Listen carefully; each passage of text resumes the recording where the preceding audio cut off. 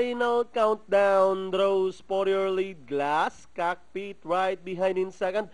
Running by the rail, Sweet Temper, then racing in fourth, Bliss. Running alongside the Chosen One, Super Elegant. Winning Hand comes next, then followed by entry number 4, Santiago. Running alongside is Typhoon Doring Bucherer as they round at the last 600.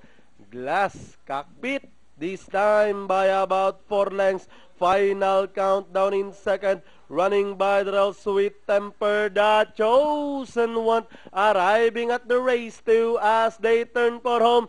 Glass Cockpit, Sweet Temper, the Chosen One is on the outside. And down the stretch they come.